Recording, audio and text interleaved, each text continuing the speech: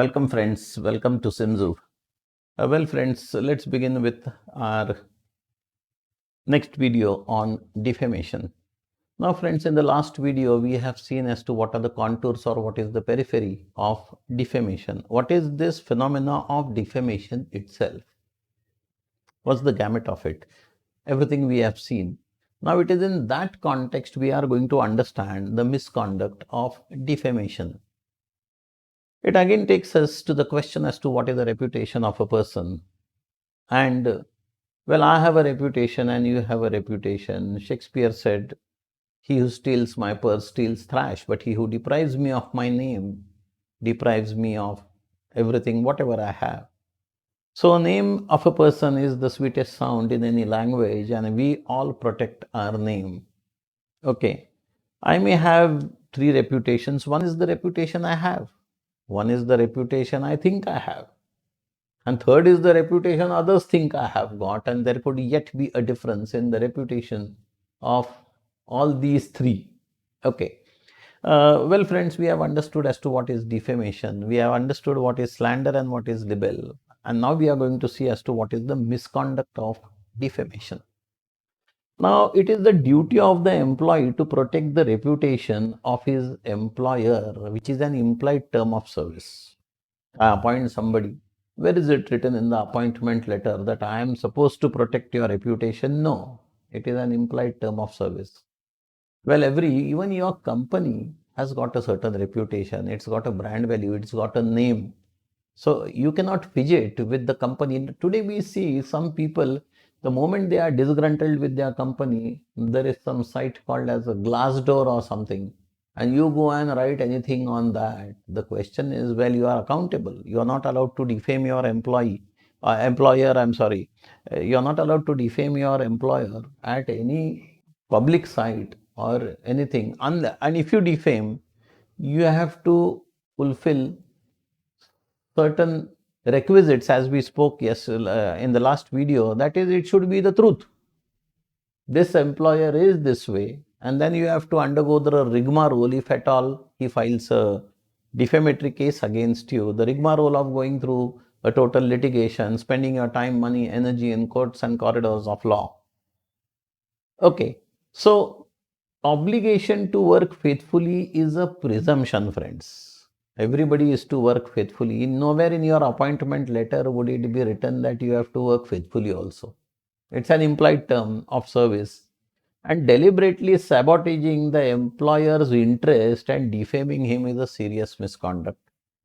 I work in a good company and I am very happy. But then I do and start sabotaging the name of my employer of that company. And somewhere, I mean, that's very unethical, because I ought not to be doing that, because my company is my bread and butter. But I indulge into this. This amounts to a serious misconduct. Now, what does the standing order say? Standing order also makes up the comments on this, that you are not supposed to defame your employer. If you see your model standing orders, whether they are central standing orders or whether they are state standing orders, and as you understand, all are framed under the Industrial Employment Standing Orders Act 1946. Nowhere is it written that defamation of the employer or an employee defaming the employer is allowed unless he has valid reasons, and valid reason can be only one, that is, it should be the truth, because truth is a big defense as far as defamation is concerned. Then friends, what is deliberately causing damage to the property or the reputation of the employer? Is reputation your property, or is reputation the property of the employer? Answer is a yes. And you cannot be allowed to tamper with my reputation, damage my reputation. And if at all my employee or my worker is doing this, it exposes him to disciplinary action. Then I can give him a charge sheet and conduct a departmental inquiry. And then if at all it is proved, then I can terminate his services also. Now, what is sabotage? Sabotage is deliberate infliction of harm with an intent to cause loss to the employer. People are very unscrupulous. People are very, say, mean-minded, ugly-minded, mealy-mouthed, and all of those. And then they defame the employer. If it is proved in the court of law, then this would be serious defamation. It also consists in deliberately disrupting the production. Some disgruntled workmen do it. Say, for example, switching off the electricity, damaging the machinery parts. Some machineries are very expensive, costing crores of rupees. There are some parameters to which a certain machine has to subscribe to. Say, for example, rotations per minute. If you disturb all these contours and parameters, naturally there is going to be some defect. Not today, but tomorrow with the machine. Some machines fail there itself. Why did you do it? Because you hate your employer, you want to defame him, you want to sabotage the image of the company, you want to bring a disrepute to the company. In one of the esteemed bakeries in Pune, there were a bunch of workers and the workers were given breakfast. That breakfast was some vada pav or chutney. What these workers did is they took the chutney and applied it on biscuits, wrapped the biscuits, and when a customer came, they gave the biscuits to the customer. When the customer opened it, he was surprised to find that the biscuits have chutney applied on it.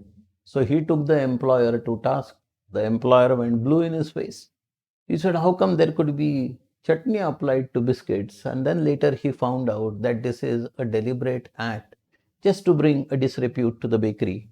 And then whoever were the concerned workmen, they were caught, they were charge sheeted, a departmental inquiry was held, and ultimately their services were terminated.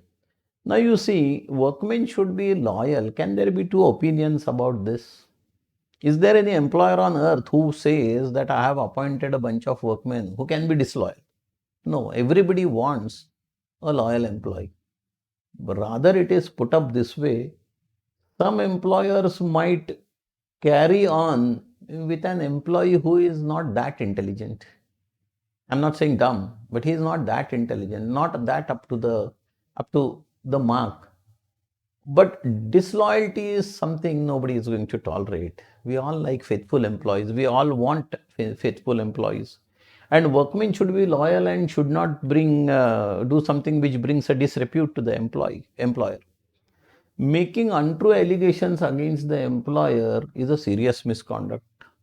I remember there's a bank wherein a bunch of employees, what they did is they wrote written letters to the Minister of Cooperation, Chief Minister, Labor Commissioner, Police Commissioner, that there's a huge corruption in the bank, siphoning of funds, misappropriation, management does this, management does that.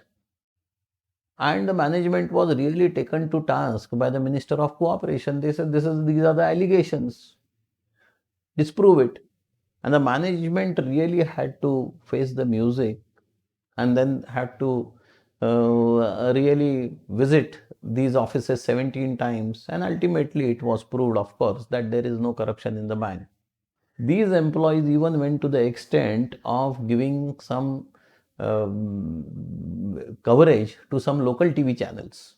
There is a huge corruption in the bank, and once it was proved that there is no corruption, the bank took all these employees to task and charge sheeted them for defaming the bank. Opportunity is given in the departmental inquiry, and ultimately their services were terminated. Friends, defamation is a serious misconduct under the standing orders, and well, every employee should be a responsible employee, a faithful employee, a loyal employee, not to defame. And the other side of the story is also quite true, that if you are so bent on your defamation, just ensure that it is the truth, because truth is the biggest defense as far as defamation is concerned. Well, friends, the charges, however, have to be proved in a departmental inquiry. Needless to tell you that the departmental inquiry should be in consonance with the principles of natural justice.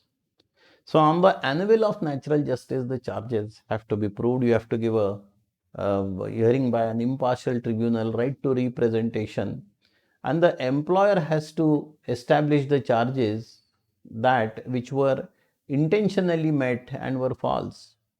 The charges were made intentionally, they were false, and then the only common denominator of all the charges is that yes, they were meant to defame me, and defamation is a serious misconduct. You cannot just use your Article 19(1)(a), that is fundamental right of speech and expression, to say anything under your imaginative hypothesis that there ought to be or could be corruption in the bank. No, no. Your hypothesis or your imaginations have got nothing to do. You have to be not 1 or 2%, 100% sure, because truth is a big defense. And of course, whether you ought to be defaming somebody for that or not, or you have to pursue some other methods of bringing the management to task, is a different issue. But the question is that defamation is a serious misconduct.